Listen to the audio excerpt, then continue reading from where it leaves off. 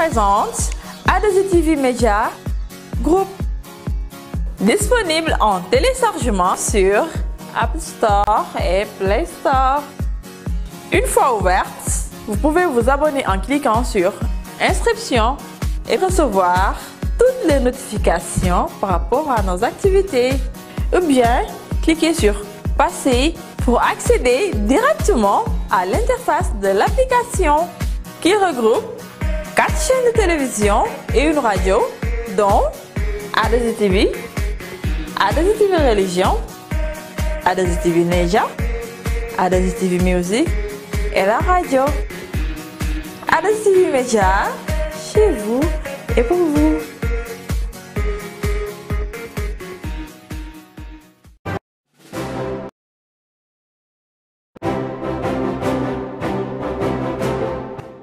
Mbokku téléspectateurs yi ci cadre élection présidentielle yi ci février 2019 bi A2itv Group dafa organiser ay émission spéciale tuddee ko éligible. Émission yi ñu leen nara amal le 3, le 10 ak le 17 février ci Brescia dina permettre parti politique yi ñu mën a fësal seeni programme. Émission yi ñu leen di defal en direct lay doon ngir ku mu neex mu ñëw fekke ko def ay laaj ñi nga xam ne ñoo fi taxawal seeni parti. A2itv Group fas yéene na ànd ak yéen waa diaspora bi ci élection présidentielle yi jërëjëf.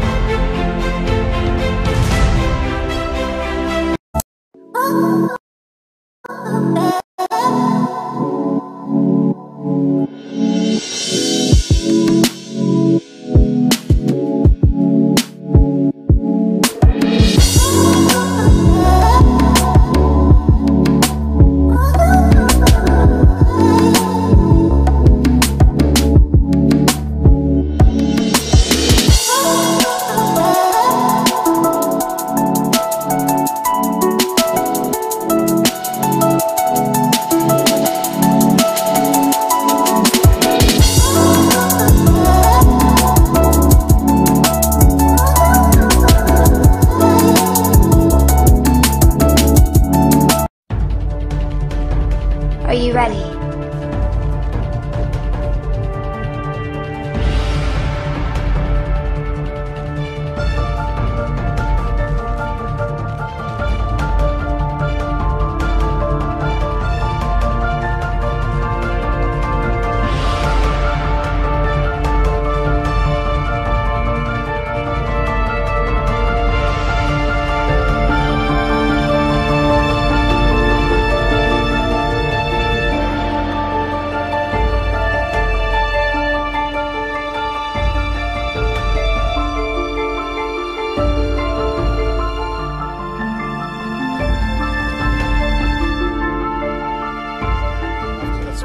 That we had at Fort Blade, we now arrive at Jufre, the most historical place in the Gambia, where the most famous slave ever in the history of slavery came from. Kunta Kinte came from this village here.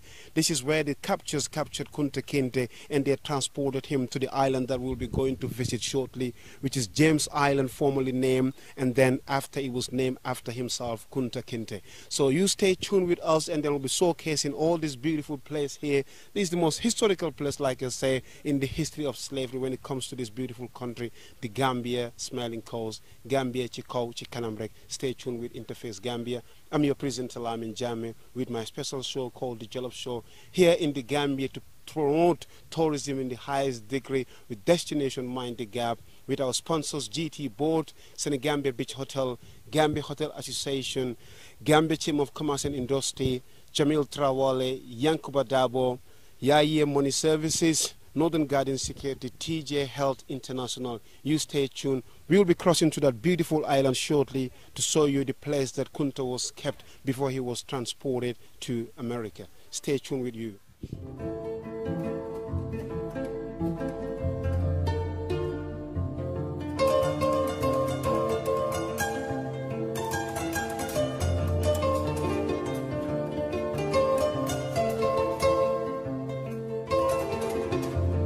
Hello, welcome to Interface Gambia. I'm your presenter, Lamin Jame, on the Jollof Show on this special noble tour in the Gambia to promote tourism.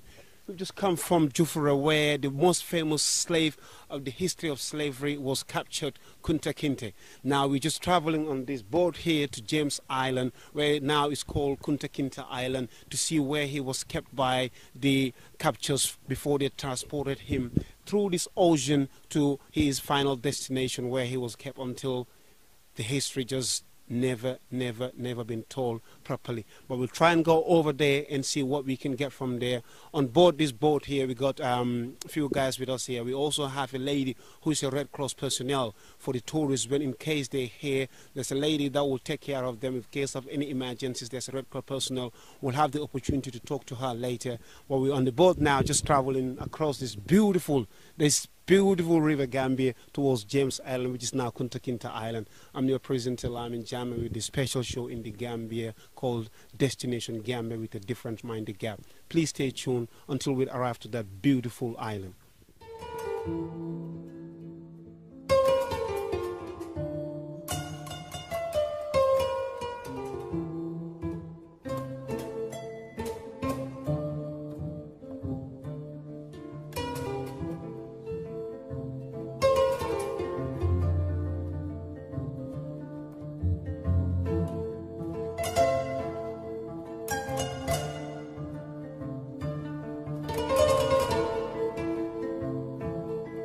We've just arrived at James Island. Over there we'll be having a conversation or a chat with someone, a tourist guide that will explain to us in details why this place was built. And this was the place where the most famous slave, when it comes to slavery, in the history of slavery, this is where the person was kept, and it's called Kunta Kinte, a Gambian for that matter.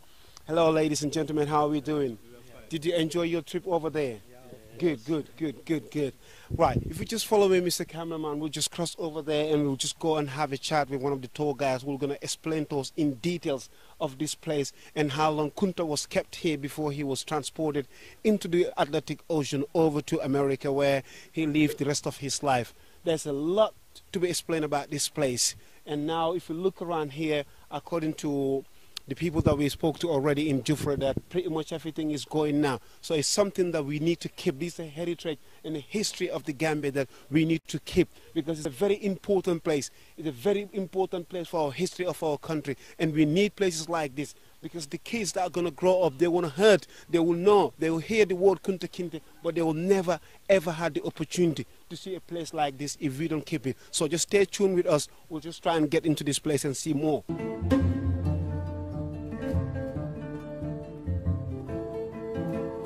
I've got a gentleman next to me. He's a tour guide who's going to explain this place for us in detail. How are you, sir? I'm very fine indeed, Mr. Jame. Sir, what's your name? I'm Lamin Trawale, one of the tour guides from the community of Jufra El Breda, which is known as Roots widely around the world. Mr. Lamin, how long have you been doing this job as a tour guide, working over here? Been a tour guide from 2008 up to date, almost 10 years, yes. So pretty much you have known a lot about this beautiful island, one of our greatest ancestors that history can never forget, which is Kunta Kinte, was kept here. So, Lamin, I did know a lot, so which actually I would want to share with you, with other viewers around the world, you know, to at least promote the Gambia, much more this popular destination for many other people around the world to be able to come back to the Gambia, or who have not yet come, at least to come and see for the first time, yes. And I can see there's something over here that I wouldn't want to say, but when we go in there, can you explain to us what exactly is this here? Yes, I mean, this map you're actually seeing here, this is showing you the original shape of the island, how it actually was looking like during this occupation of European in this island, during their settlement here till the time they are going to abandon here to move to Banjul and other places. So this is showing the original shape, and then by looking at now, you can see the difference, how the island itself at this point in time, how it is shaped like, and the one we have on the map here is quite different, showing that the island actually has been affected by erosion. That's right. I'm looking at this pretty much. If you look around, which we will do very soon, it tells us that the island is pretty much perishing. We're losing a lot of the island. But coming over here, what can you tell us in details? What are all these things here, if you can tell us? Yes, I mean, looking at these houses on the picture here, this is showing you that this is one of the main slave shipping point of this country, right, where whoever has been captured in slavery in this country here before they take it into bondage, this is one of their main point that will be keeping them after a particular period of fortnight when they will be finally taken into bigger ship to start their voyage into the new world. So these houses, some of them are the residence for the masters, and then other stores where they will keep some slaves, and they will have some dungeons underground underneath where they will keep some slaves as well. So this is actually also showing you some of the side where was used by the masters, like kicking and other stuffs. Right, okay, so if we go inside there, will you give us the inside detail of the islands, and Indeed. do you know how many slaves were kept here before the abolition of the slave trade? Indeed, actually, we don't really have the statistic, but what we actually get to know is they will tell you about Senegambia, which they will tell you in millions. They will tell you 10 million, so and so million. But on this island itself here, they will tell you at one point they will have more than one of the slaves that will be kept here at one time. Right, Yes, okay. yes. So what we'll do, we'll just move over to go into the island and see more in details. Coming through this huge entrance of the island here, I can see clearly on the wall there, it says Kunta Kinte Island. But before that, let's just come over here, let him explain, because I can see some designs here. There's a ship there, I'm right, okay? It says 1750. Can you tell us a little bit about this ship here? Yes, Mr. Jamie and viewers everywhere in the world, and looking at this panel here, this is panel actually giving all the brief description of this island since its occupation by the various European slave traders until the time it was being abandoned by the British people. Looking from 1450, that was when the first European arrived in landing here, which were the Portuguese, till at the time one of their sailors died there by the name Andrew, and he was buried where the island was named after him first as Andrew's Island. And it further went on when we have the Duke of Coland, and then later they also occupied the island. The Coland is the modern Latvia today, and then they also said until also we got the Dutch people also coming in here in 1659, and then we also had the British people coming in 1661, where they changed the name in fact to become James Island, named after James, Duke of York. And then it further went so many years when there was numerous fight within the French and British here in the 17th centuries, and in 1779 become one of those times. And then looking at another date here, 1768 was another time when the people, the local inhabitants in the other side of the river came in to attack the island, and eventually they all perished. And this went on up to other dates we have in here, when you can see 1807, this was the year actually slavery was abolished in Britain, and then outlawed later, and they started repatriation, and later they start to bring in their means to reinforce the abolition of slavery. But on the arrival in the Gambia to reinforce the abolition of slavery, their first point of protocol was Albreda village, but later knowing the distance of the river Gambia show why they finally had to move their means to come on this island here. But as they were also on this island here, they later knew that the Gambia really the best place to abolish slave trade was going to be Banjul. So that's why our capital Banjul was then founded in 1816 by the British, and then it was called Batos at the time. So at that time it was called Batos. Batos. It was named after one of the British governors called Lord Batos. So a few years later, when they built those places in Banjul known as the Siskon Battery, that was when they shifted again to the other side of River Gambia called Barra, where they also built a fort there known as Fort Bullen, that was built 1826. So it was the 4th year, 1830, they finally abandoned this island to get the governor and his men to move to those two locations in order to defend the Gambia River for incoming ships or outgoing ships trying to leave the Gambia or trying to come into the Gambian Sea from the Atlantic. Very interesting. That's a very good details and inside history of this island. Alvisa Calamoso, the first Portuguese explorer to come to the Gambia, and then Andrew, who named this island after himself. But why all these names?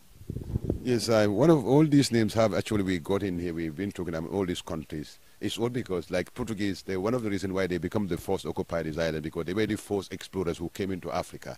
But this was a time when they only came in to look for the mineral wealth of the continent. And then later they venture into what we call missionary work, and then finally into slavery, where they start engaging people, taking them into slavery, taking them across land into the New World. But then looking at all these names of other countries that were in here, it was later that this particular island, and River Gambia in particular, becomes to the attention of the world. Because after knowing that the Gambia River was one of the most navigable rivers in Africa, being able to navigate from one end to the other end of the country. And the other important thing is because the strategic location of this particular island, because what we know from history was because early they used to be coming with the ships, but then they have also been suffering from numerous attacks by the local inhabitants. But actually, after the realization and occupation of this island, those things were things to be passed, because one, they have not been able to have those attacks from the local inhabitants, because they have no means indeed for coming to attack, and slaves indeed also have no way that they could get back there. And importantly, because the islands have a strategic point, simply because they can access the length and breadth of this country, like where Joytown, because where we got another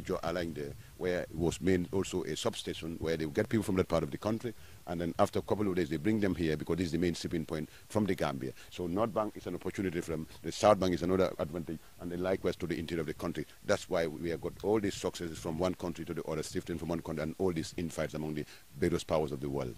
Interesting. I just want you to work with me inside, going inside here to explain in details. But before going in, like I said, just Kunta Kinte Island. Who was responsible to have this boat here?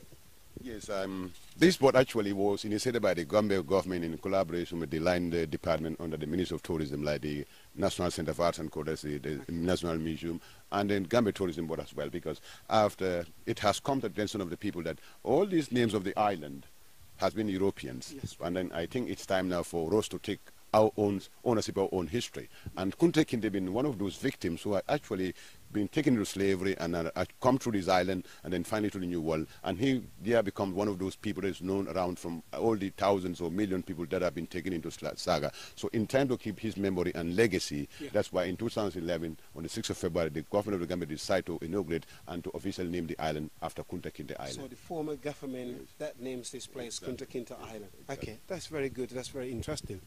Coming over here, we can see some huge brick walls. So this was the areas that our ancestors were kept. And can you tell us how and how many of slaves were packed in one of these areas or in these rooms that we are seeing now behind these walls? You know, slavery was something that people were not being cared like human beings. They were just like animals. All what is commonly known in slavery was people were just being bundled together. And then much more, one of the things they have been concerned about is overloading. Because they only think about overloading for replacement purpose. Because places like here, they knew that automatically if this island is supposed to take a capacity of 100 people, they need to get in more people than that. Simply because they knew during the course of their fortnight stay, before they finally been transferred away, some of them would have to die. So with that, they need to make overloading for replacement purpose. So the island actually has not got any real state. They would always tell you more than 100 slaves would be here at one time. And this excluded the masters and other people who are used to be here, like security men and stuff like. Okay. Now, I can see either a dungeon or what is called a bunker. What do you call this? Yes, this one you can see, because interestingly, if you look at the Gambia River, it's just naturally divided into two segments. We have the fresh saltwater part of the Gambia, and we got the freshwater part. But then freshwater is indeed further countryside. And actually slaves were kept here for a fortnight, and for every life, water was important to your survival. So the only provision that they had in here, in able to provide source of water for those people, was entirely dependent on rainwater.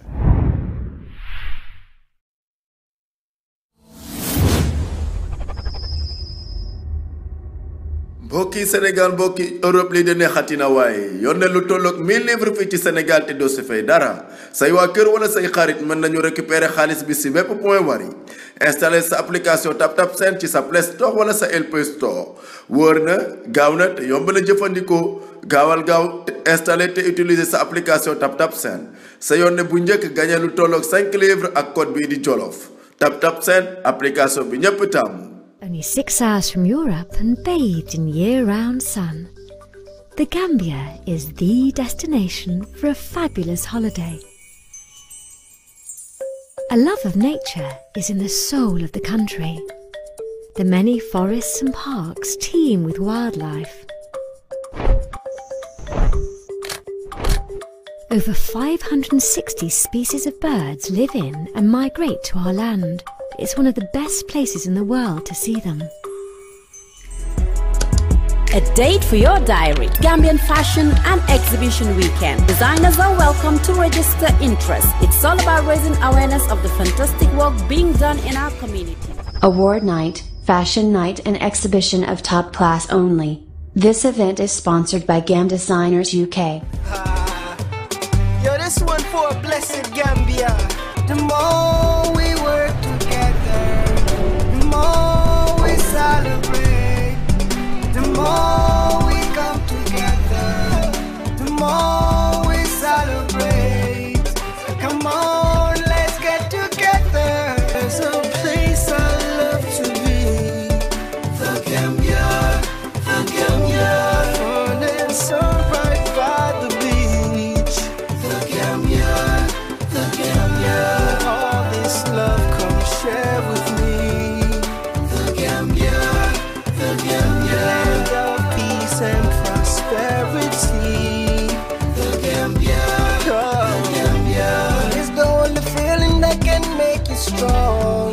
This is where you and I belong. Dance to the rhythm of the beautiful song. Come on.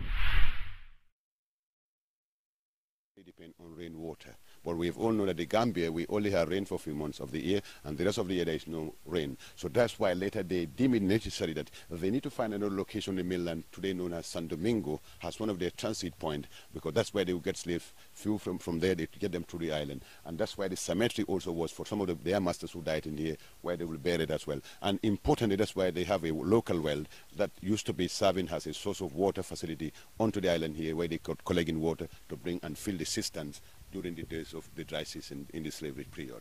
Wow, this is quite interesting. This is quite interesting. I'm coming over here, Mr. Alex. There's different partitions on these walls here, if you look in there. What were these partitions for? Yes, these partitions are showing you the various locations because they had been divided into various apartments. Okay. If you go in there, you'll see some of the other one at the first end there, that was the council room. And the other one in here, that was the council room. And if you go the other side, that's why we have the store. So meaning this was like the main headquarters, like I told you, before the island got abandoned to get the governor to move to Banjul finally with his men, this was one of their main residences in the Gambia. Right. And the store was one of the sides where they were keeping in their goods. Like if you look at the building itself, it has some reasons that led to the various things that you can see on the side. Oh, yeah. Because some were natural reasons and some were officially artificial reasons. Some natural reasons because we have been, the island have been suffering from this salinity wing that get contact with the wall, and some part of the wall have been decayed. And also there was many years of war that have actually existed, especially within the French and British serving that led to the various destruction of the island and rebuilding. And then the other one was one of the biggest explosions that has also took place in the store, where in 1726, where there was said to be 19 guards here on the island, but 11 of them all perished their life in that particular explosion. We will surely want to see that area. Exactly. But I want us to give us an inside explanation of this dungeon here, we're saying. Yes, I mean, this actual point, because slaves were actually captured in randomly. Yeah. It doesn't involve what you are, what tribe you belongs to, your sex or whatsoever. Yeah. But according to history, when slaves are actually been adopted, yeah, and they are finally brought in here because there were numerous voyages that have been taking place. But then during those voyages, they realized that in many of these journey, they will tend to lose something like 13 to 3% of the slaves on board before their arrival. So actually there were some factors relating to that. One of those factors was because of overloading. This is breakout, starvation, and the other one was rebellion. Because some of our great ancestors who they felt they are physically and mentally fitted at a certain point when they felt the situation had actually gone to a point that they either survived or died, they would want to cause any cost that could lead them to those things. So after realizing that, masters, what they finally did was, when slaves arrived on the island, they would start to put them into various categories. That category of slaves that are put here were those people who they feared, and they will call them aggressive ones. Those are the ones they will bundle in here to put in circles on their legs and hands, and then the idea was to be allocating them an amount of meal daily. So by the end of their fortnight stay here, they become physically and mentally weakened. So once they load them in the ship, mean they have no strength anymore, where they could cause such a rebellion to cause that huge number of people to die on the journey. Is it possible if we can go in there? So how many slaves will you say they used to put in this tiny room?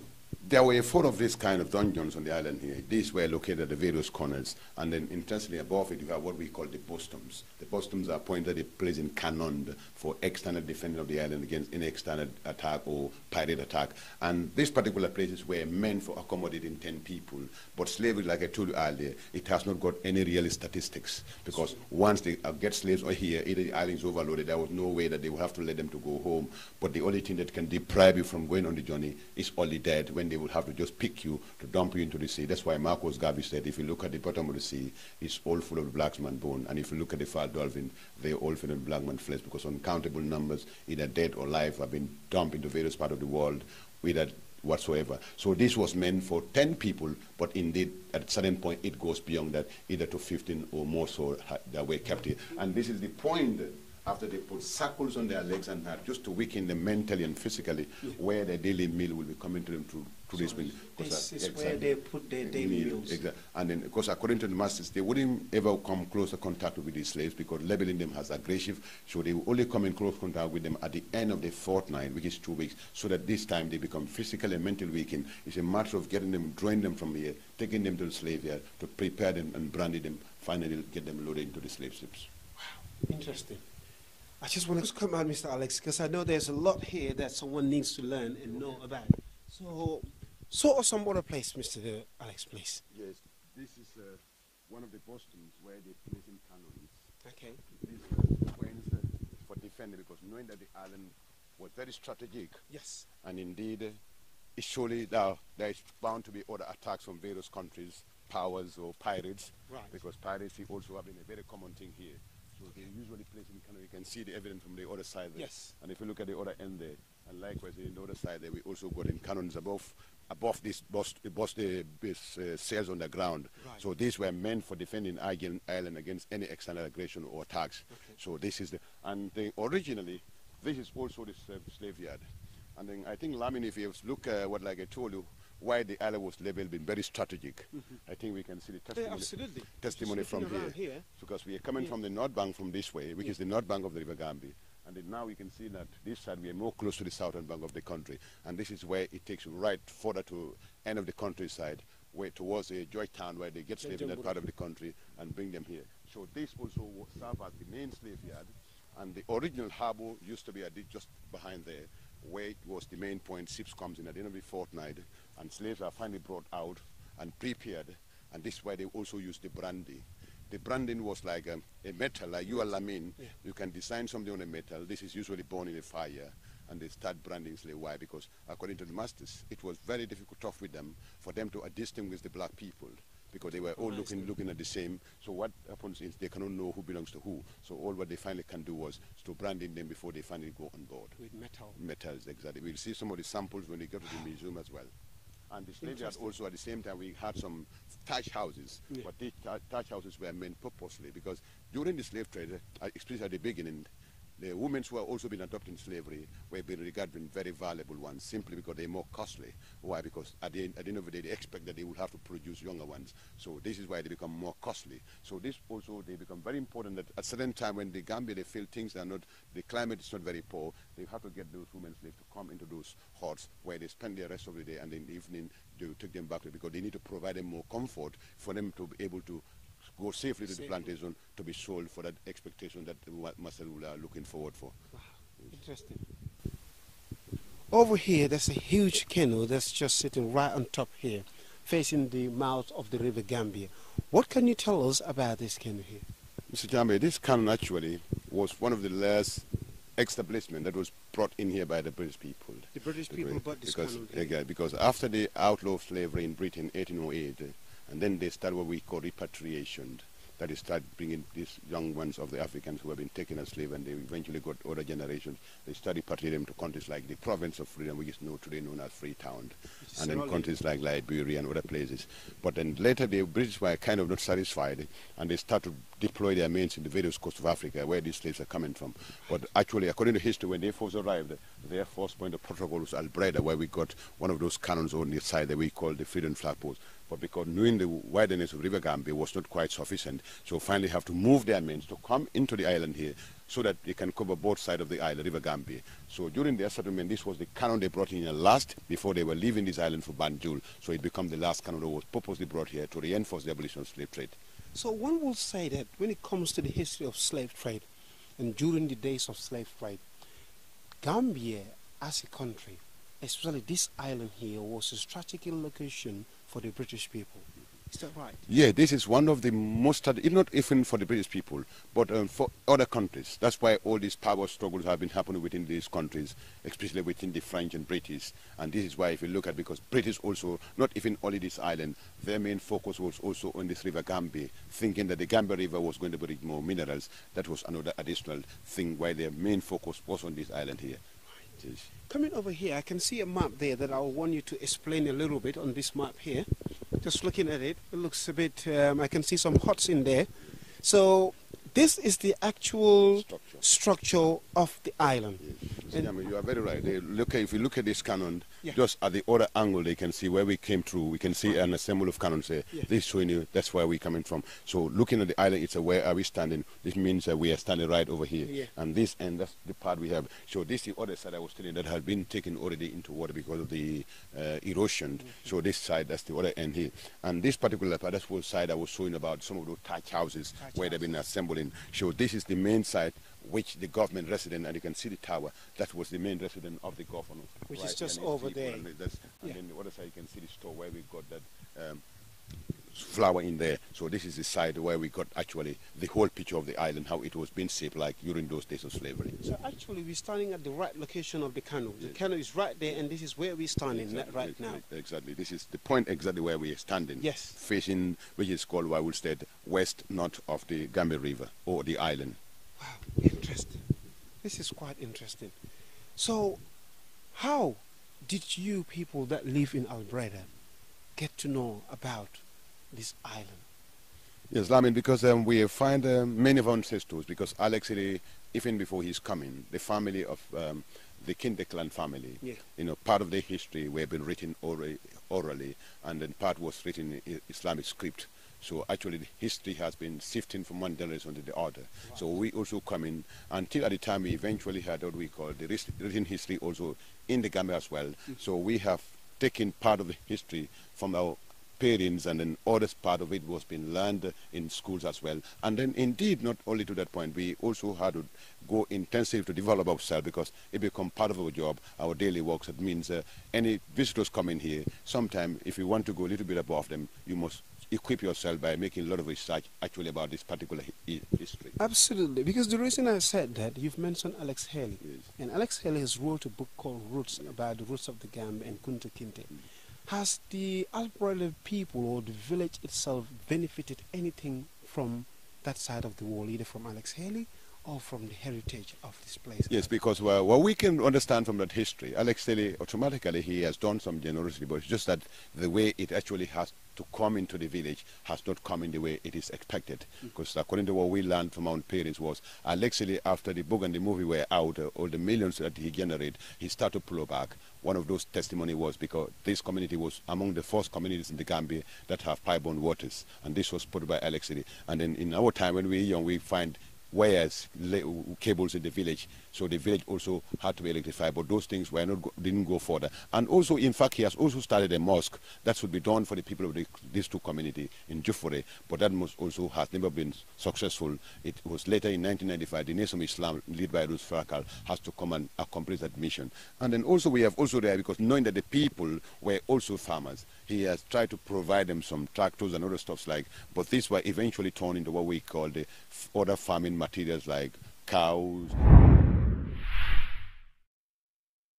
Bridging the Gap. The face of Gambia worldwide is coming to promote Destination Gambia with a difference to the world through Interface Gambia TV 2018. Your presenter, Mr. Lamin Jammeh, The Jollof Show. The Gambia Shako Shakanam Rek. This tour is sponsored by Gambia Chamber of Commerce Industry, Gambia Tourism Board, Senegambia Beach Hotel, Gambia Hotel Association, Mr. Yangs Dabor, Mr. Jamil Tarawale, LLB, Honorable Solicitor, Northern Garden Security Limited, Yaye Instant Money Transfer Services Limited, and TJ Fit and Healthy International. With us, the Gambia Shako Shakanam Rek.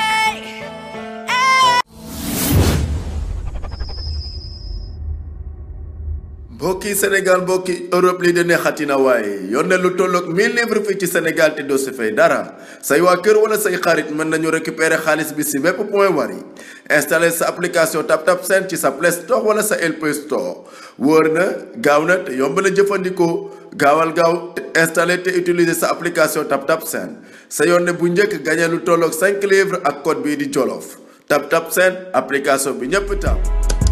A date for your diary. Gambian Fashion and Exhibition Weekend. Designers are welcome to register interest. It's all about raising awareness of the fantastic work being done in our community. Award night, fashion night and exhibition of top class only. This event is sponsored by GAM Designers UK.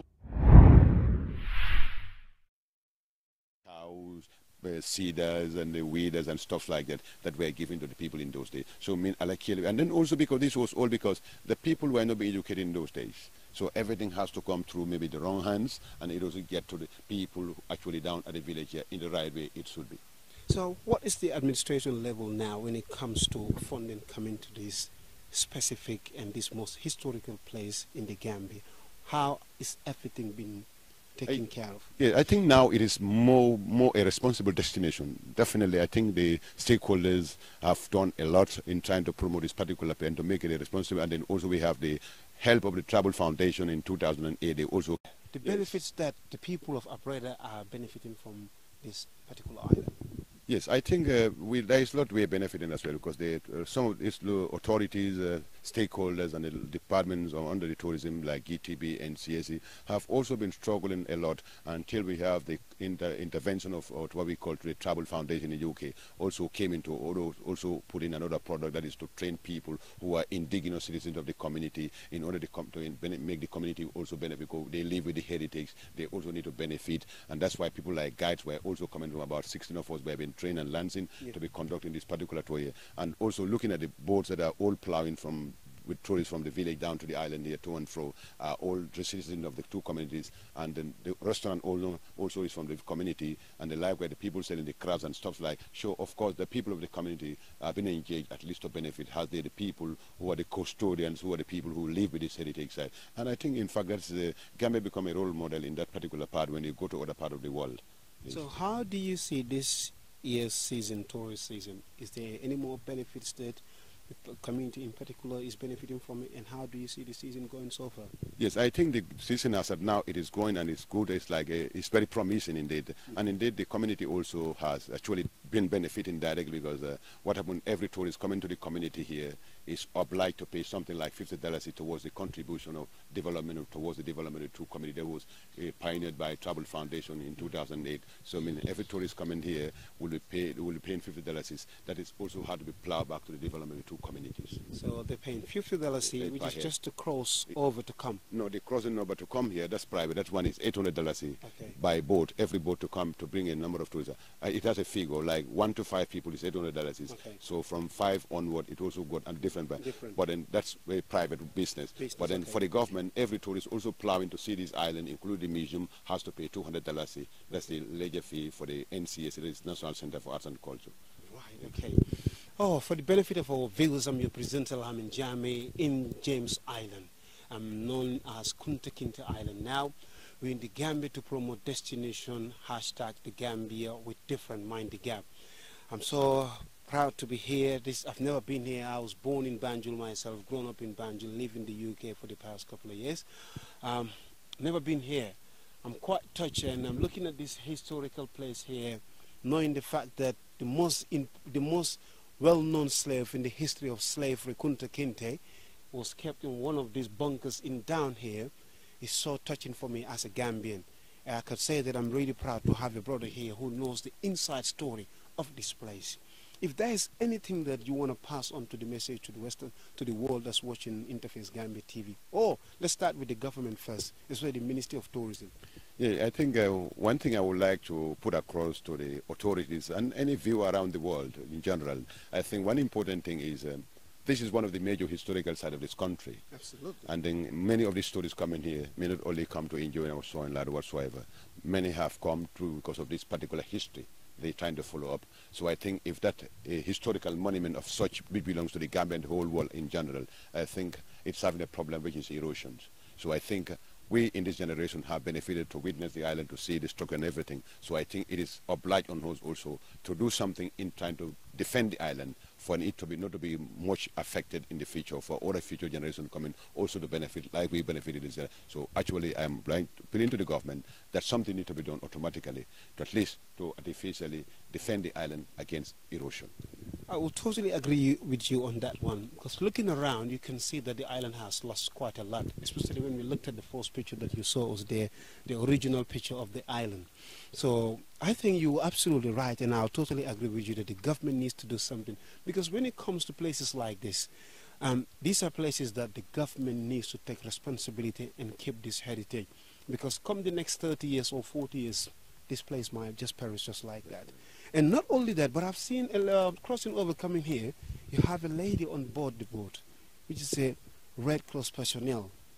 And also you've got a kit inside. In case of any emergency, she would attend the person and assist the person. I think it's good if we can have a word with her, if you don't mind. Like I clearly said on the interview with the gentleman, they've also have volunteers that work here as Red Cross personnel. I've got this Gambian lady, a sister, origin of the village of Alberta, who's here with us from the island.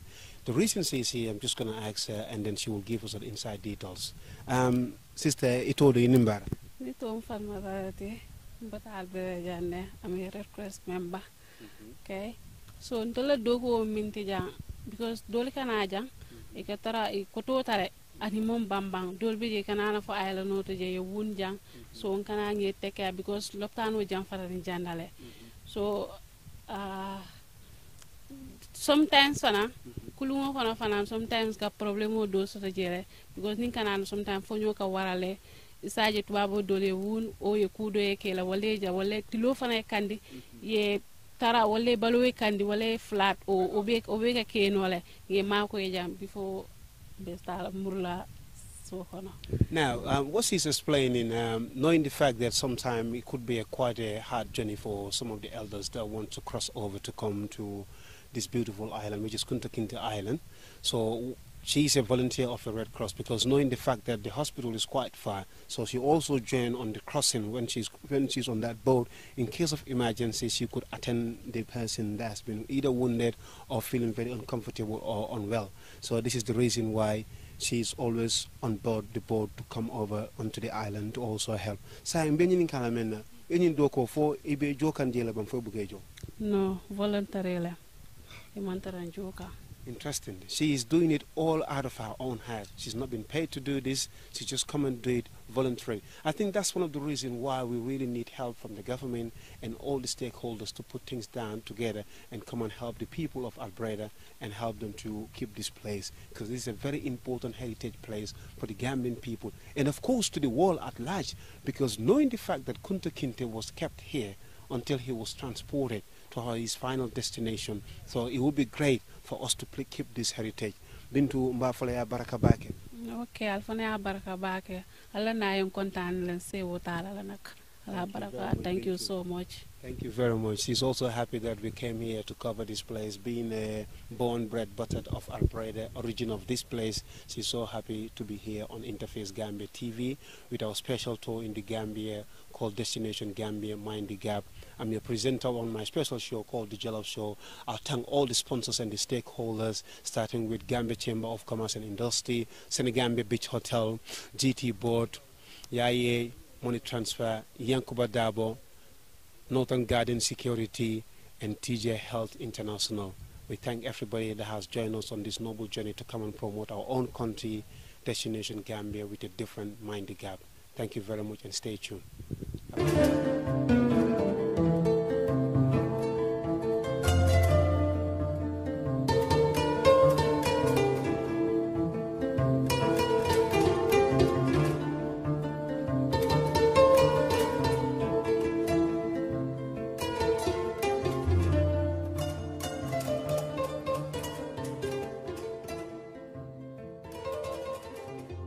talking about Red Cross personnel, we've got another gentleman. Actually, he is the leader of the group of the Red Cross personnel who on this island here from the Jufre village doing this job out of their own hands and out of everything they're doing it for free. Omar Ibenyadi. Omar Kortanante ñun do ko birim wadu moy bala. Ñam biring December 19 la nga operate. Ya start kana janka do ko ke. Yeah, start kana janka do gede maro ke. Yeah, between tourists and black people. Okay, between tourists and students. Yeah. Omar, ñing initiative ñun jumala ya sama na ko ngol pour aller na janka mol mako because ñi mu do ko kende balti because mo ma long mo sinano janne ay sasa wamba kuyat kala jang ba tolle o initiative jumala nata si fa yo ko ñi mira ko pour Red Cross personnel kana ka cross altana janka. Actually, Mr. Lamin Jata Leo Kual Fenke with the head of Red Cross. So, you see, Dale, yeah, miracle until funding kill. I can say it, graduated from school, we don't get job. And as usual, we was a first aider first in the school. So, we also have to do something to benefit our own self. That's right. So, that is why we came here to attend this thing in the village here to make the village to be developed. That's true. Yeah, and Red Cross has, you know, first aider is only a first aider. Yeah, you can't do all, but you can only do your first aids. That's true. Yeah. This is quite interesting. Omar is a graduate who lives in the village of Albreda, born, bred, buttered, and proud to be an Albredan. These are people with the team, they've got the team of brothers and sisters they've got. We just spoke to one of the ladies that come and volunteer their time to help the people that cross from Albreda to come to this noble destination, this island here. That is one of the famous islands on the world. But most people didn't know about it because you know why? Because it's not been sold out properly. It's not been promoted properly by our own people. This is why Interface Gambia is here this year to promote the Gambia destination hashtag Mind the Gap with a Different. Omar, nkontanta bake pour yenying interview on dinner. Mune ki saying atol lafta munela when it comes to medical wise, what kind of help do you need, first aid box and stuff like that? So lot of munela me ko alfana sa fam mako na sale do ko nyintano ay sabala nyato easy. Actually, tolla de maro do ngami nyenen kaje wala nyentiko. If we can get a help of a boat on the island here, because sometimes nobody knows, you can get emergency here and you can raise a boat there to come faster as the way you like it. But when we get a sponsor of a boat and we get also first aid materials, because right now I can say it, we are doing it for our own. We normally go for escorts, whatsoever we have, we just separate it and put some in the box. That box will go into buy again the medicine that we need for our training, I can say it, for our going and coming to the island here. Wow, this is quite interesting. Yes, they need a speedboat to be somewhere around here. Either two speedboats, one on this side and the other one on the other side of the island. In case of emergency, they can either rush the person as quick as possible to get medical help across the island to the closest hospital. The gentleman has been very honest to say all this stuff that he has said. They're qualified and graduated. They've been trained as the first aid personnel to be on this side to help the people and the tourists that are coming on this island. Omar, thank you very much for giving your time to Interface Gambia and talking to us. It's a pleasure to have you on our show. And surely after this interview, I'm sure that there will be people out there who will be shouting to help this noble cause that you guys are doing. Thank you very much, Omar. All right, thank you very much. We are also appreciating you guys because since we started this thing, we have been communicating with GT Board for our service. They all see our service, how we render it. We render it very fine. We didn't ask for anything. But the only support that we need for GT Board to help us is the boat and the first aid materials. That is the only thing that we need you guys to help us. Thank you very much, Omar. That's very clear. GT Board, as you clearly heard from Omar Gomez here, that they need boat and they need first aid materials to be on the side of the island and of course in Albreda where they can attend to people when they need their help. Thanks ever so much for watching Interface Gambia TV. I'm your presenter Lamin Jami with my special show called The Jollof Show. We're here in Albreda. We're on this special tour in the Gambia to promote Gambia Destination Mind the Gap with the Difference with all my sponsors, Senegambia Beach Hotel, Gambia Hotel Association, GCCI, Gambia Chamber of Commerce and Investment, Jamil Trawale, Youngs Dabo, Northern Garden Security and TJ Health international Gambia ci kaw ci kanam rek the smiling coast of Africa. Thank you, Mike. You're welcome.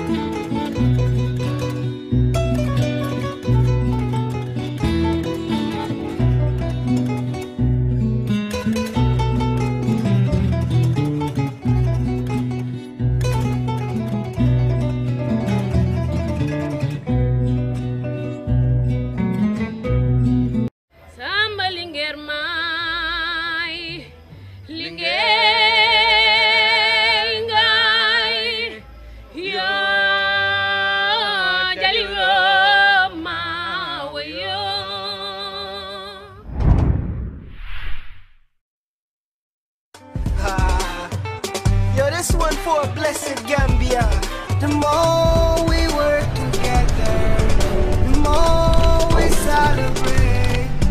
The more we come together, the more we celebrate. Come on, let's get together. There's a place I love to be.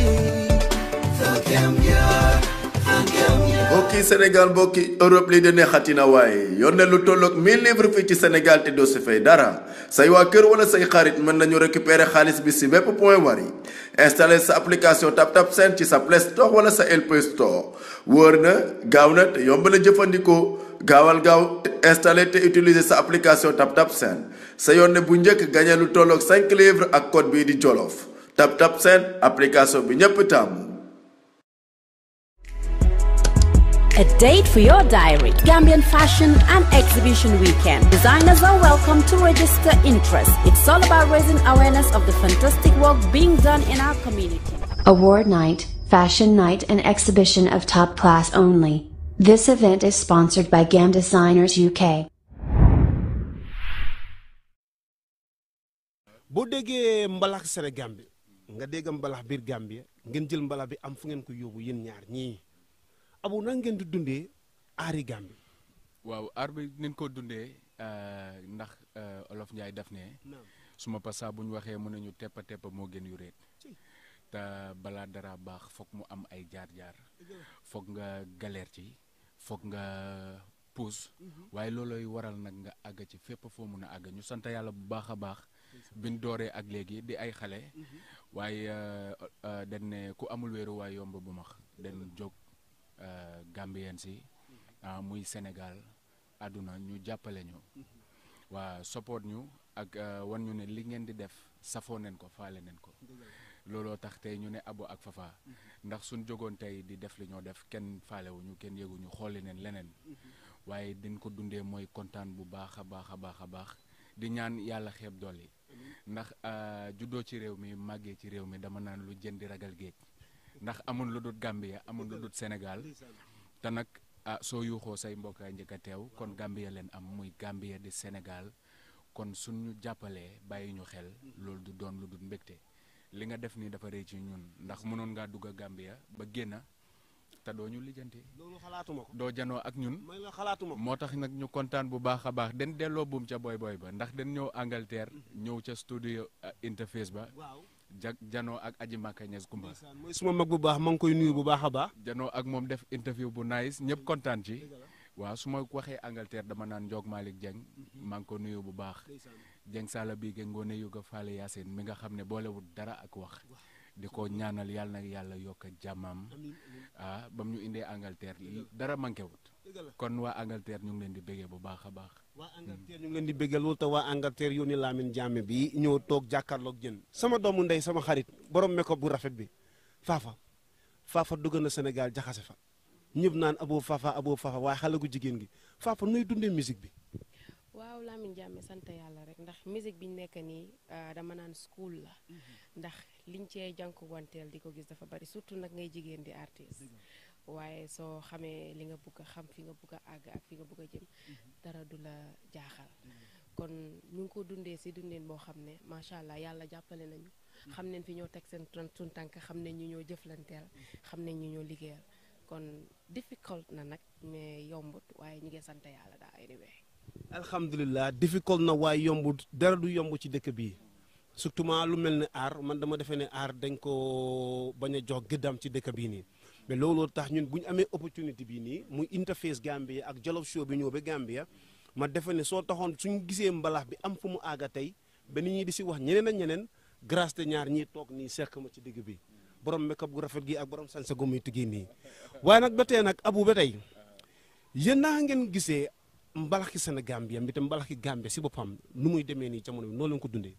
waaw mbalaxi Gambia bi nin ko gisee mooy dama naan Gambian music laay wax in general ndax Abo ak Fafa mbalax la ñoo def ndax mooy suñ aada mooy suñ cosaan ndax ku wàcc sa ànd boo dem fekk fa borom toog te ñun nag fi ñu jógee muy mbayeen angul sin muy suñ kër maam Tafsir Demba Jaañ Mbay ku leen xam leen ci aar mbayeen dob sin angul sin soo wàccee féeri bi soo laajtee kër ngéwél fa leen laa yóbbu mooy Johnson yi angul sin dob sin foofu la suñ papa jógee ñu bokk ci mbayeen càmb bi biige maalo mi ci kañ mor lay te nga sangomar momori maa jigéen mi ci sànjal borom maami wàlliw yay waxa yow nii Lamine ñu jógee ci mbayeen waaw loolu nag moo indi Abo ak Fafa ndax mbalaxi Sénégambia dama naan mbalaxi Gambia mënoon naa weesu fii lu bare bari ndax am na ñiy déglu bari na waaye tamit yaakaar naa ñiy déglu ñoo ëpp ñi dégg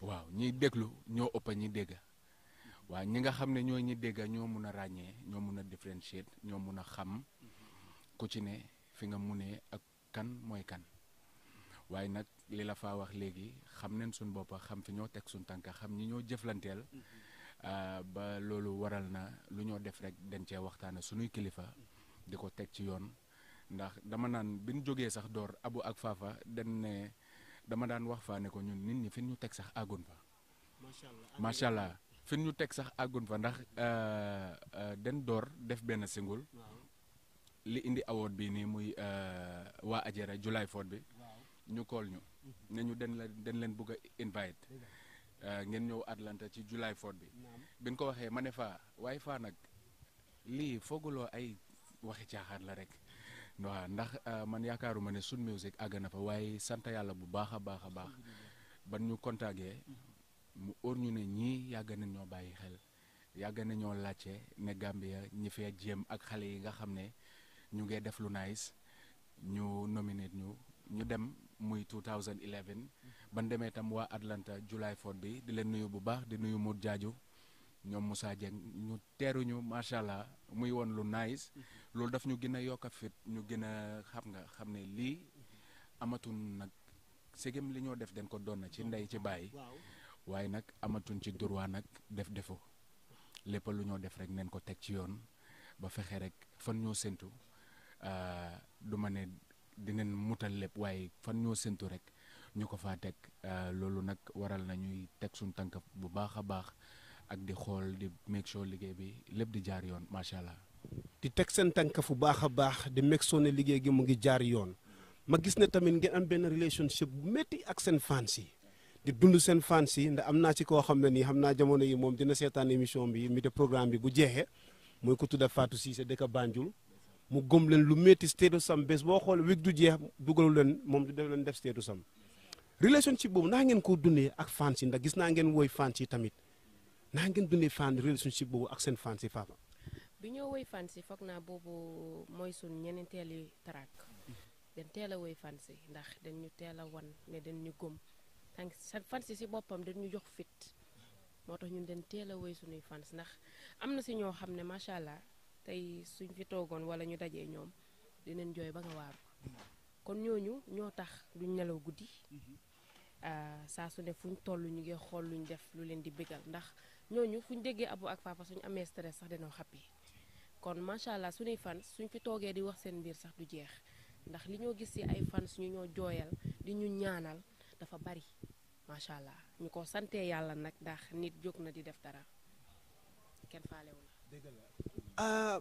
Abu lan nga foog ne tey moo war a gàllankoor musique yi Gambie mbalaxi Gambie tey ba jëlul position am si mbalax wool bi lan nga ko foog benn maanaam xanaa dañoo Sénégal dañ ñoo wóor ba mu jeexal ñu tax ndax waa Gambie seen boppam ñoo joxul gëdd seen artistes yi lan nga foog ne tey moo tax ba mbalaxi Sénégal Gambie tey am àggut fu mu war a àgg.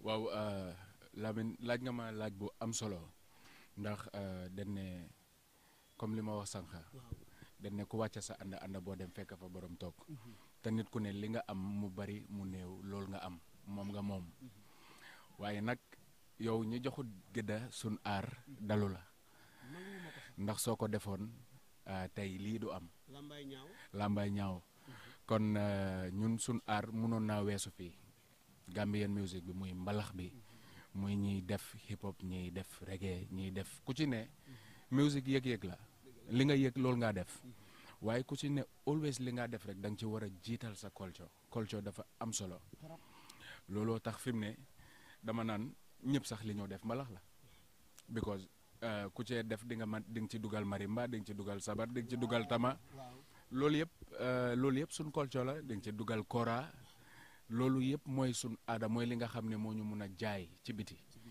kon li gàllankoor suñ musique mooy dama feel ne defun Gambian artist yi force suñ jiitaloon li nga xam ne mooy lin moom leneen luy ñëw tegu ci aar bi weesu woon na fii bu yàgga waaw muy aar bi muy leneen foog naa is high time ñu jiital li nga xam ne mooy leen moom ndax li nga moom lu mu bari mu néew mooy li nga moom te yaa ko mun a build yaa ko mun a yóbbu to the next level waaw kon den war a gën a jox gëdda artistes yi jox gën leen a jox seen cër man du ma ne suñ joxut artistes yi seen cër du tax ñu dem dina la xaw a dilee dina la xaw a waste sa time tuuti ndax di nga doon mun a àgga fu gën a kowe waaye nag artistes yi it maa ngi leen di jox benn advice boo xam ne neen xam seen boppa gën a xam seen boppa xam leen woot xam fi ñoo war a dem xam fi ndut war a dem su ko defee foog naa kenn du ñëw def la bali ping pong li gars yi naan bali ping pong soo xamee sa boppa xam yaay kan foog naa du ku ñëw rek dugga ci yow waaw ndax li nga def da nga koo def music business la da ngaa bégal say fans waaye business la den bugga di sol lu rafet den bugga di lekka lu neex den am ay waajur den leen bugg a teral den leen bugg a jàppale te lépp si aar bi leen ko yaakaaree man keroog bi ma ñëw ne fa den bugg a def music boobu maa ngi dem collège waaye dama toog rek ne man waaw war nañoo war a mun a def aar xool maire bi ak paa bi nen sonnee ci ñun di daw rek ma ñëw ne ko fa man daal dama foog ne nen def music ndax boobu su ma jàng xaw naa am kalkal xawoon naa jafe métti si maire bi ak paa bi fay bi tuition fii bi métti ma ne fa nen def aar nen woy waaw ndax suñ defee aar luñ ci am jàppale suñuy waajur keroog ban ko amee ñu njëkk a ñu see fay suñ force payment dama ne suma ba teggil nañ leen lépp loo leen war a def ci wàlli luyaas ak wàlli luy dem ci kër gi suma pa nañu li ngeen di def yàlla na barke te booba ba léegi ñu ngi cee ànd ak suñ mag mu yem mu jàppale ñu bu baax a baax a baax di ko nuyu bu baax a baax yaayu maam Samba moom ba moo liggéey ak ñun suñ mag daf daan seen liggéeyekaay daf daan ñaan di dem di sign contract bés mu ñëw boosam ne ko yow da nga choose liggéey bi wala nga choose liggéeya sa raka yi because always doo fi mun a bàyyi liggéey bi di dem di signal say raka contract mu ne boosam kon dama préfère pour resign pour bàyyi liggéeya su may raka kon loolu dafa rëy ci ñun di ko ñaanal yaakaar bi mu am ci ñun ak éene bi yàlla bu mu tas looloo tax saa buñ ko xoolee rek li ñoo gis rek mooy liggéey ak di pousse affaire yi di gën a jëm kanam. te di leen di may fit tamit te di leen daf ñoo yokk a fit ndax moom su ñoo liggéey affaire yi di xaw a kale sax di xaw a métti sax jooy sax daf koo def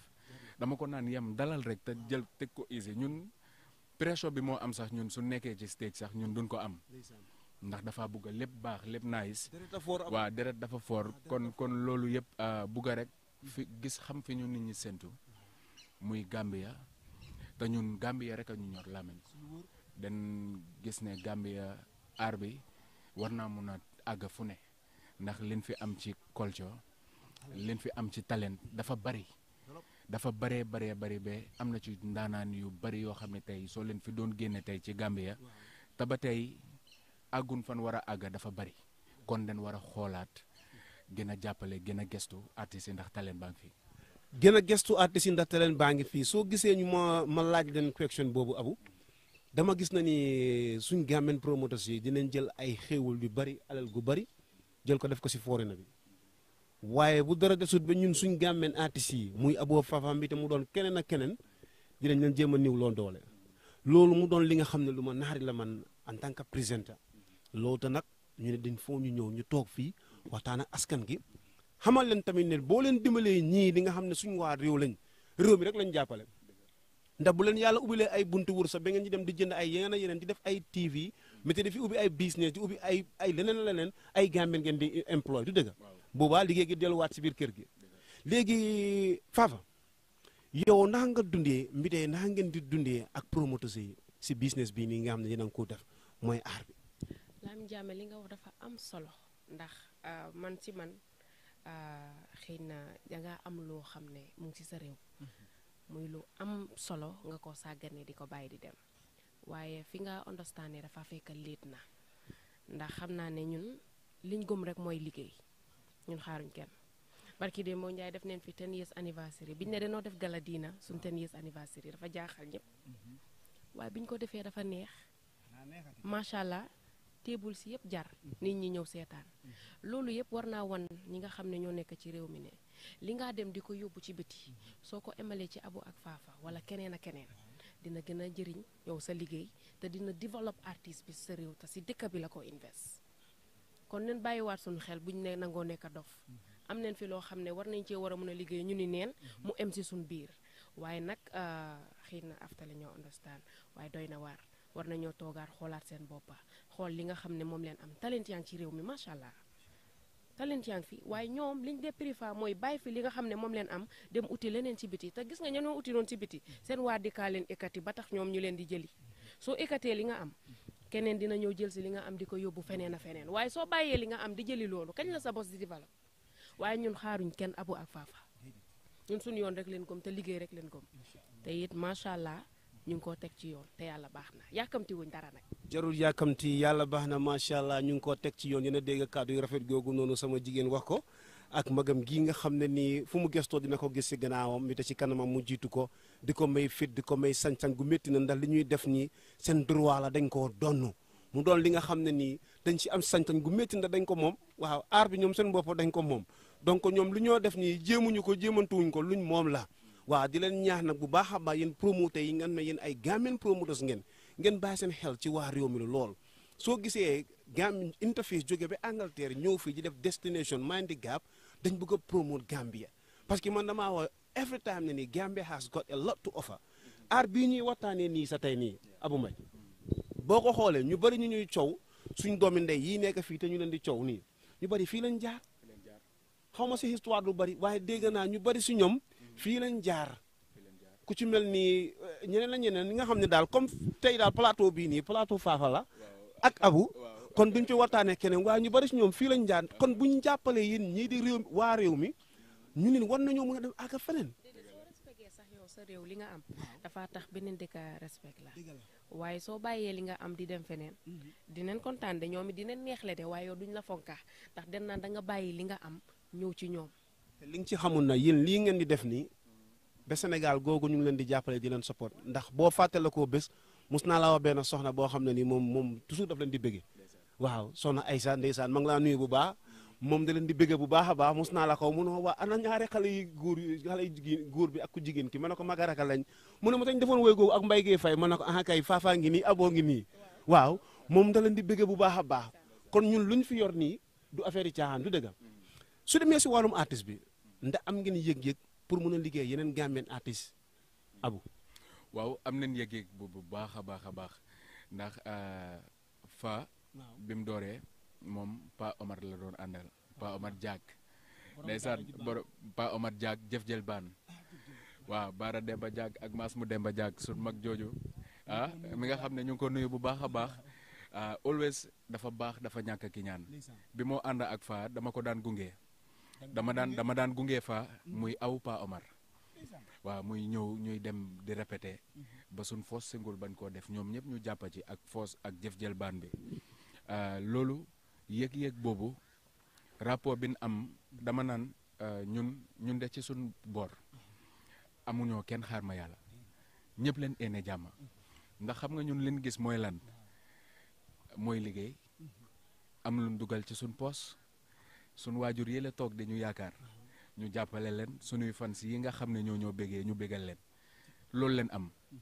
ñun bañ nañ ko ba suñ playé ba delluwaat nekk suñ kër fàtte nañ ne sax playé woon nañ ndax liggéey la waaw ku def lu nice nag ñu apprécier ko bu baax a baax a baax yàlla xam na ne dañoo toog émission télé am sax ñu toog di seetaan ñu war a play sax waaye dañoo sax léet waaye dañoo toog di bégee su ma pa naan ñu yéen dem leen ngeen liggéey ñii ci seen liggéey leen nekka ndax foog naa ne loolu ku am kiñaan wala ku apprécier tul li sa morom di def du ko def waaye loolu macha allah xëj na sante nañ ko bu yàlla bu baax a baax ci suñ côté ñun ñëpp leen ene jàmm kuy def lu nice ene nañ la ko kun ci yëg nag ne li ngaa def nice na te war nañoo mën a def dara dinañ def ak yow ndax ku ci demee ni Djibu Balla Gueye ci suñ album bi sargal bi feature nañ ci Djibu Balla Gueye ànd cee moom ci Jamfa muy woy wu am solo xam naa ci lu bañ a yàgg ci at mu bees mi dinañ gis clip bi.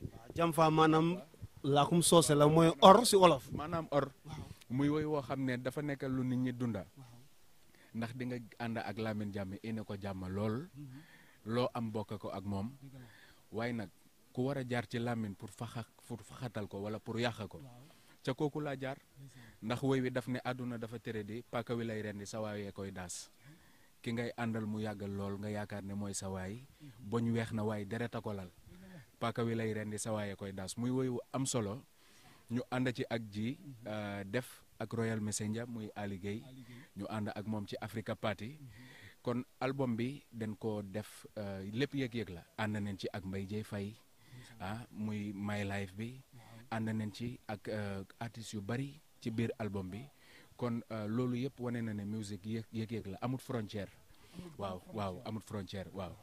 musique amul benn frontière Fafa Mbaye yaa dégg sa mag bu baax bi lu mu wax noonu si musique léegi nag moom ñoo bëgg a dugga pour waxtaanee awards yi ngeen xam ne nii moom ngeen win bii laa bëgg a njëkk a jiitu bii nii bii best leading male actor waaw Abo kañ nga dugg si aar kañ nga doon acteur Abo woon musique laa la xamee woon de. waaw waa nag aar waaw loolu. xaaral ma def nii ndax cat moom daa gaaw tegal nii rek keroog dama ko woni nii mu nar a naaw. dëgg la waaw waaye Abo kañ nga doon acteur. waaw comme dañ ne aar. waaw nga boole ci waaw lépp aar la ndax man dama dooree ci modeling dama ko def for 2 years win ci Gambian King and Queen win naa ko 2009 2008 win naa ci Miss and Master KM Red Cross def ci 2 years liggéey ci ak Yaws Modeling Agency lépp aar la jógee ci loolu nag door music ak suma sister Fa waaye da ngaa gis ne loolu yëpp daf ma help développement ci suma liggéey build confidence bi acting nag dafa nekk loo xam ne dama ko mus a bugga dama ko yàgga bugga depuis bi ma dem school primary school di dem nursery Methodist waaw sun drama lii club yi dama ci daan bokka lu bëree bari so loolu yëpp dama xam ne passion boo xam ne la bokk na ci man xam nga aar soo ko def rek lépp dafa war a complete waaw muy modeling bi muy acting lépp li isi award bi nii dama toog ba suma cousin call ma Roxi Camara ne ma dama bugga dafa am benn movie bu ñoo def so maa ngi nii ak producer bi waaye den feel ne yow yaa war a play Dominique yëf yi def ma ay ree nag ma ree mu ne ma non maa ngi serious nag Abu dama bugga nga bokka ci movie bi ma ne ko waaye Roxi yéen seen movie yi nag xam naa ne read ay script man aw ma jot ndax script yee time boobu war a toog di study man xaw ma kañ laa géej a ubbi bug di def ay read man yooyu daal mu ne ma ñëwal rek soo ñëwee xam naa ne di nga ko mun a def waaw bi ma amee ak ñoom meeting bi nag go through script bi den ci ni mu ko waxee rek noonu la yombee ma xam ne lépp aar la dama ko go through rek and I fell in love with the script noonu laa ko ne am gonna do it dinaa ko def te biñ ko defee tamit ma gis ci xam nga gars yi appreciate may la man indi award bi tey trailer bi laa gis ma ne waa kañ la fi suma waa ji doon acteur léegi fu mu nekk nii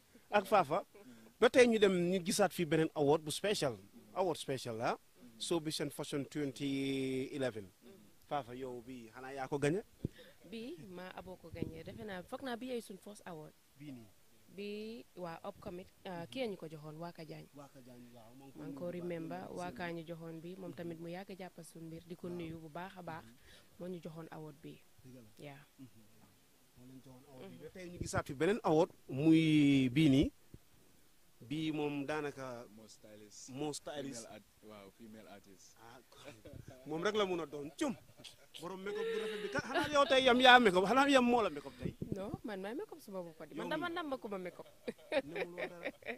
xariti Abdou Salam waaw nam ma dara may xariti Abdou Salam dëgg la so bii nii Gambian Fashion Award first edition most stylist artist 2018 la right yes masha Allah waa gis nga rek gars yi moom lii moo waral saa su ne fu ñoo dem rek duñ ko xeeb ndax soo nekkee artiste nit di xool ci yow di la bàyyi xel fooy dem rek nga war a def ba mu baax ñun na xeebuñ dara macha allah fu ñoo dem danoo def ba mu baax yàlla def nag ñu nominé ma ci lii nii ñu jox ma ko waaw macha allah ma gis ci bii nii bii moom BMA la 20 bes mbala waa aha kay ndax li ngeen di mbalax man sa léegi ma dem ci dem ju métti déggoo ma de abul li may dem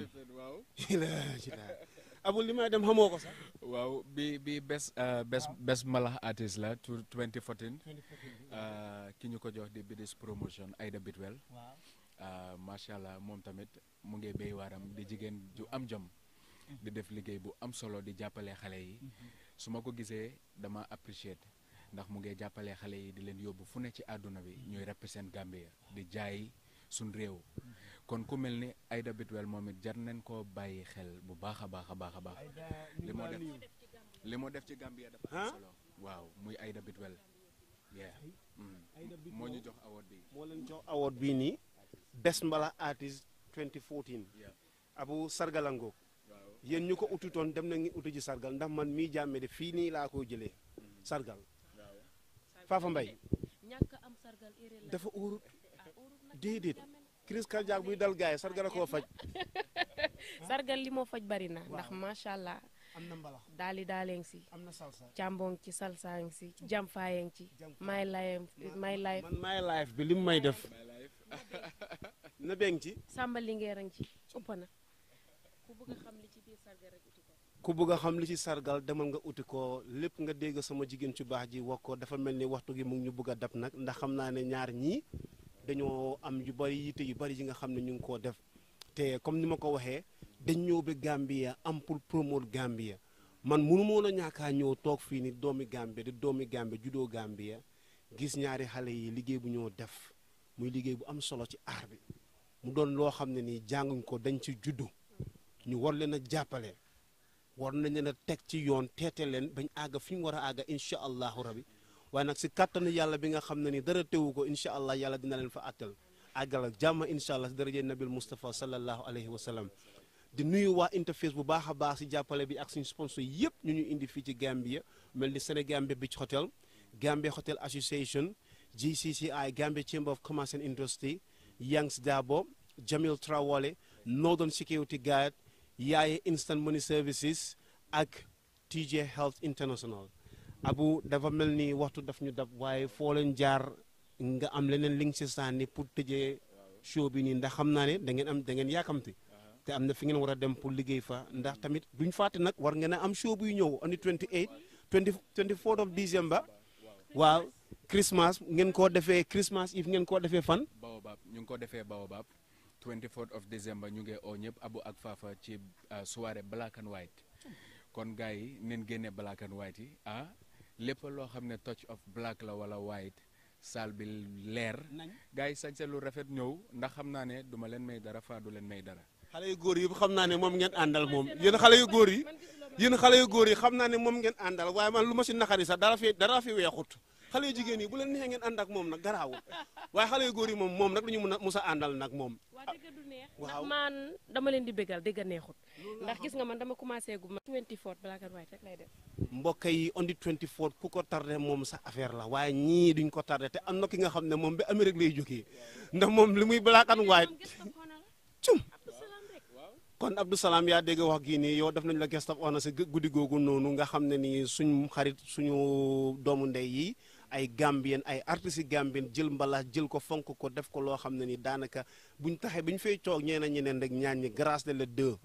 ñoo yóbbu mbalax yóbbu ko ba génne ko fii jaay la ko frontière bi dugal ko biir Sénégal amul plateforme bu ñu leen invité wul biir Sénégal gars yi waxtaan fa lu ñuy def ak seen art ñu fonk ko lool respect ko lool looloo tax bu interface Gambie ñëwee ba Gambie fii mën a déedéet duñ mun a dem tëjee fii noonu te waxtaanoon na ñaari artistes yi ñi ay ndaanaan lañ bu doon Angleterre ak Amérique tey ngeen xam li ngeen doon ni kon interview bi ni kon gars yi gàllankoor nañ ko bu yàgga wax dëgg fa ne yàlla kon di am kontaante bu baax a baax di leen wax jaale di leen jaajëfal bu baax a baax sama ndaw mu ndey sama xarit li nga sant métti na trop ndax rusloo nga ma li nga ma def nii na xarit na ma de waaw dëgg la ndax seetaanu leen ñu benn yoon cum ndax fi ngeen di génn ci ñun macha allah dafa bari waaw bi ñu ñëwee léegi da ñu nuyoo ay pounds yu bari mbokk yaayu Abdou Salam Lamine kon dëgg neexul la ilaha illallah kon de man am naa problème Abdou Salam gaawal yónnee ma dollar yi waaw moom su ñëwee moom xam nga moom am na lu mu la tàmmal kos yu baax yi waaw baax na kon ba 24 nit ku ñàkk iñaan moom nit ku baax la moom soo gisee ma tuddee sama doom ba tuddee ko ba boole ci turam Abdou Salam dafa am fi ma jaara moom mu doon nit ku baax di ko profité di ko nuyu bu baax daf leen di bëgg toujours nag ndax li ma fi nekk mu ngi maa laaj na ma ndax gis nga sa nit ñi di leen jaajëfal bu baax a baax yéen ñii si tant yi si Interface Gambia TV ngeen àndoon seen xarit seen doomu ndey Lamine Jammeh ñëw leen indi leen show bi di Jollof Show fii ci Gambia di leen wax jërëjëf ba beneen yoon incha allahu rabi.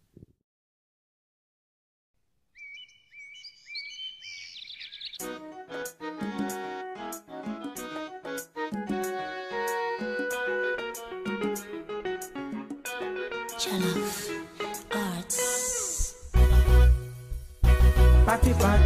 Africa Party.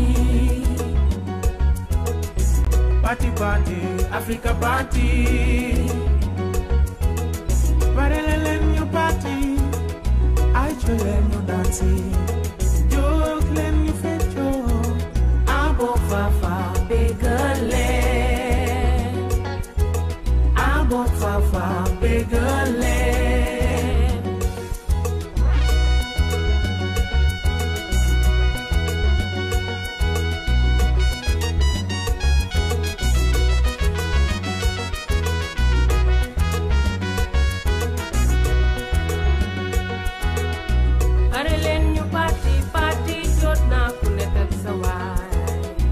Achelen you dansi jot na ku me anak sa way ku ci andul ak sa way bu mereken parelen you party achelen you dansi jog len you fecho abo fafa begale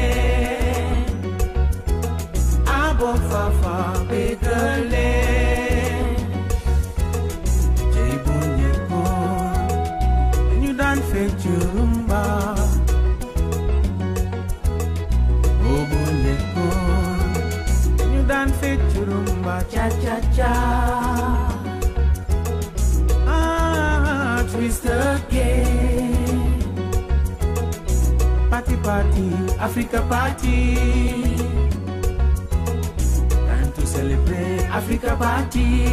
Step, step, step, step, step, step. Aruba.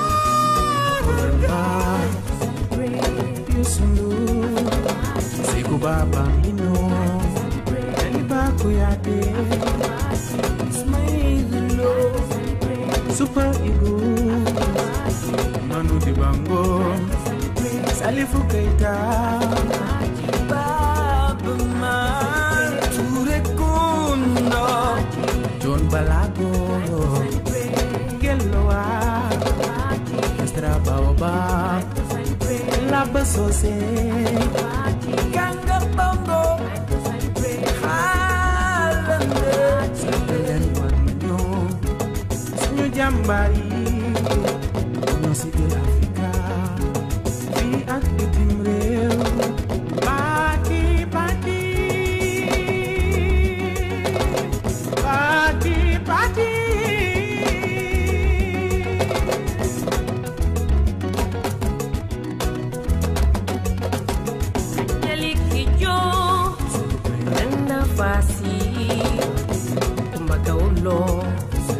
Mariam Keba, Vivian, Sona Jobate, Rohea Tarawale, Aisa Kone, Nene Shiri, Sadeatu.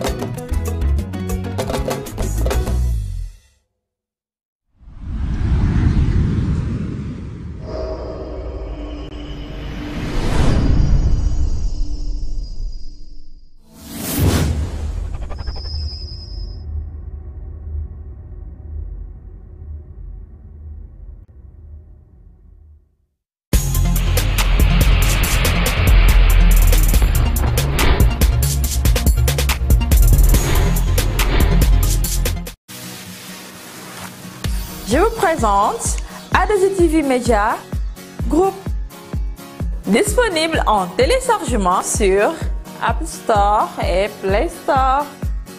Une fois ouverte, vous pouvez vous abonner en cliquant sur Inscription et recevoir toutes les notifications par rapport à nos activités. Ou bien, cliquez sur Passer pour accéder directement à l'interface de l'application qui regroupe 4 chaîne de télévision et une radio, dont A2itv, A2itv Religion, A2itv Neja, A2itv Music et la radio. A2itv Média, chez vous.